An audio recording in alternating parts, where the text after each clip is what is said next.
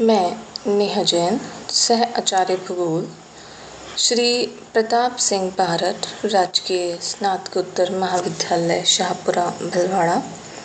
आज का विषय है डेंसिटी ऑफ पॉपुलेशन, यानी कि जनसंख्या का घनत्व। किसी प्रदेश में निवास करने वाले मनुष्यों की संख्या और प्रदेश के क्षेत्रफल के अनुपात से जनसंख्या घनत्व की गणना होती है। प्रत्येक देश की आर्थिक, सामाजिक, सांस्कृतिक उन्नति की योजना बनाने के लिए उस प्रदेश की जनसंख्या की सघनता ज्ञात होना आवश्यक होता है। जनसंख्या घनत्व के भेद। पहला है गणितीय घनत्व। इसमें मानव और थल के अनुपात का विचार किया जाता है। गणितीय घनत्व = प्रदेश की कुल जनसंख्या अपॉन प्रदेश का कुल क्षेत्रफल। दूसरा है आर्थिक घनत्व, जिसमें उस प्रदेश के संसाधनों की उत्पादन क्षमता और प्रदेश में निवास करने वाले मनुष्यों की संख्या का विचार किया जाता है। आर्थिक घनत्व = प्रदेश की कुल जनसंख्या अपॉन प्रदेश के संसाधनों की उत्पादन क्षमता। कायिक घनत्व, जिसमें उस प्रदेश की कृषि की जाने वाली भूमि और निवास करने वाले मनुष्यों की समस्त जनसंख्या को सम्मिलित किया जाता है। कायिक घनत्व = प्रदेश की कुल जनसंख्या अपॉन क्षेत्र की कुल कृषि योग्य भूमि। कृषि घनत्व, इसमें कृषि की जाने वाली भूमि के क्षेत्रफल और उसमें निवास करने वाली कृषक जनता को लिया जाता है। कृषि घनत्व = कृषि में संलग्न जनसंख्या अपॉन कुल कृषि योग्य क्षेत्र। पोषण घनत्व, इसमें खेती की खाद्य फसलों के क्षेत्रफल का और उस प्रदेश की समस्त जनसंख्या को सम्मिलित किया जाता है।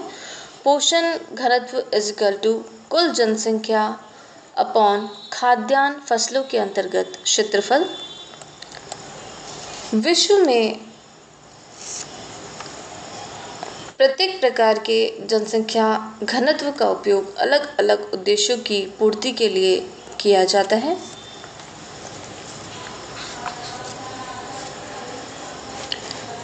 विश्व में जनसंख्या घनत्व का वितरण।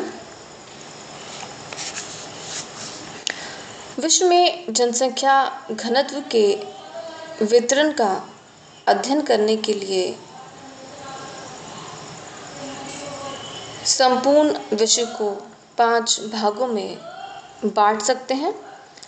पहला अत्यधिक घनत्व के क्षेत्र, दूसरा है अधिक घनत्व के क्षेत्र, तीसरा है सामान्य घनत्व के क्षेत्र, चौथा है अल्प घनत्व के क्षेत्र और पांचवा है प्राय निर्जन क्षेत्र।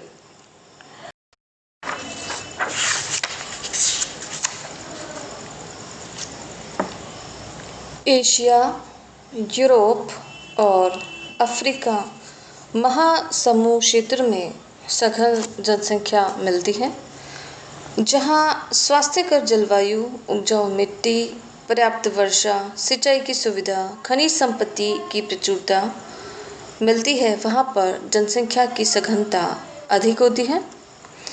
इन समूह वाले प्रदेशों में सघनता 400 मनुष्य से 1000 मनुष्य प्रति वर्ग किलोमीटर मिलती है।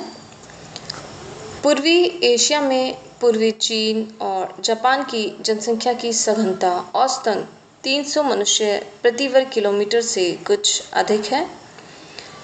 जापान की समुद्र तटीय पेटी में और चीन के यांगटी सिक्योंग नदी की डेल्टा और समुद्र तटीय क्षेत्र में यह सघनता 2000 मनुष्य प्रति वर्ग किलोमीटर बढ़ जाती है।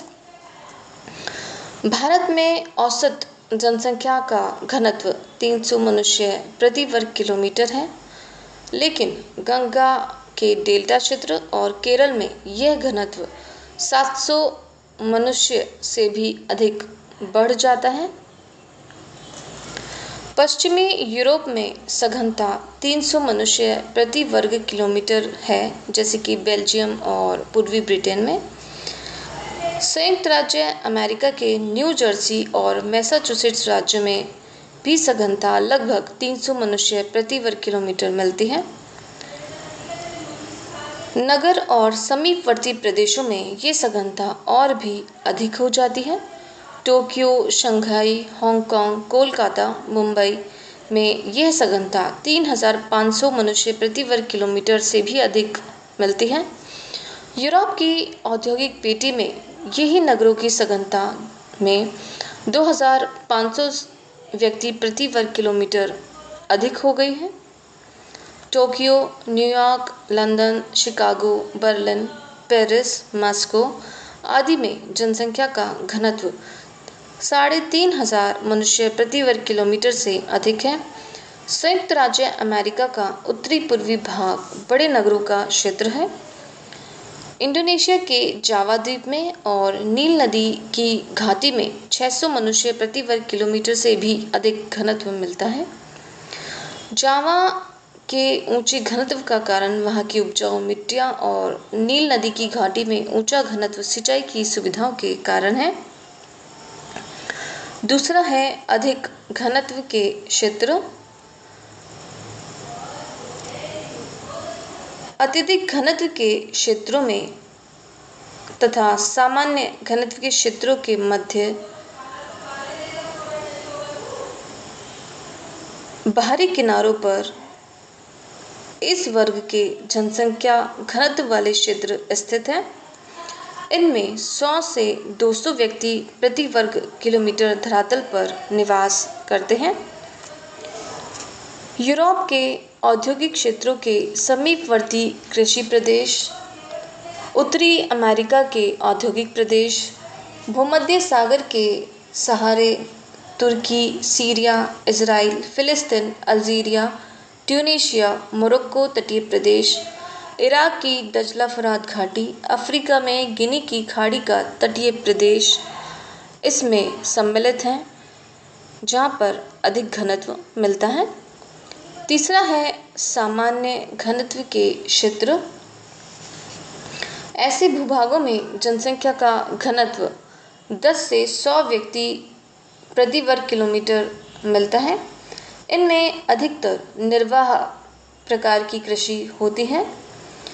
ये प्रदेश सघन प्रदेशों के बाहरी भागों में स्थित है।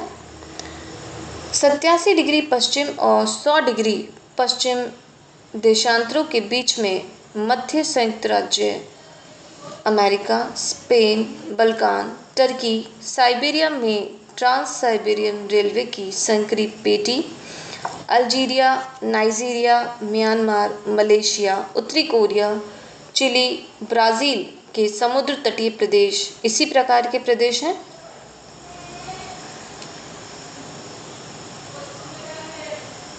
दक्षिणी पूर्वी एशिया में ऐसे प्रदेश कम वर्षा वाले और पर्वतीय भागों में मिलते हैं। अल्प घनत्व के क्षेत्र। इन प्रदेशों में 1 से 10 मनुष्य प्रति वर्ग किलोमीटर की सघनता मिलती है। यहाँ की अल्प जनसंख्या पशुचारण, अस्थायी कृषि, मरुस्थल या मरुस्थलीय कृषि आदि पर निर्भर करती है।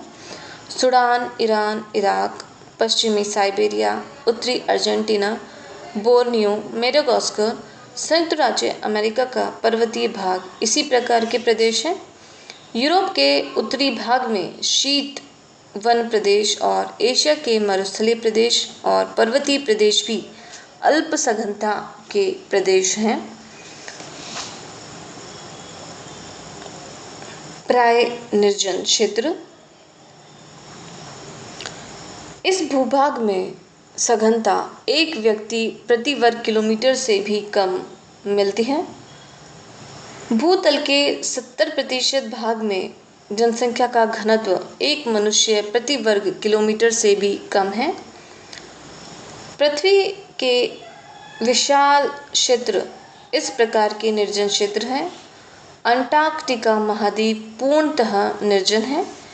ग्रीनलैंड में भी केवल दक्षिणी तट पर थोड़े से व्यक्ति निवास करते हैं। कनाडा का उत्तरी भाग, साइबेरिया का टुंड्रा प्रदेश, मध्य एशिया का सहारा का मरुस्थल, कालाहारी मरुस्थल, अरब और थार का मरुस्थल जो कि राजस्थान में है, ऑस्ट्रेलिया के मरुस्थल, पैटागोनिया, अमेजन, कांगो नदी बेसिन इसी प्रकार के क्षेत्र हैं। उष्ण मरुस्थलों में, मध्य अक्षांशों के मरुस्थलों में, टुंड्रा के बर्फीले मरुस्थलों में, उष्ण आर्द्र वन क्षेत्रों में, उच्च पर्वतीय भागों में अत्यधिक कम जनसंख्या है, जबकि बर्फ से ढके हुए क्षेत्र बिल्कुल निर्जन हैं। इन क्षेत्रों में भोजन एकत्रीकरण, आखेट, मत्स्य पालन, पशुचारण आदि के द्वारा जीवन का निर्वाह किया जाता है।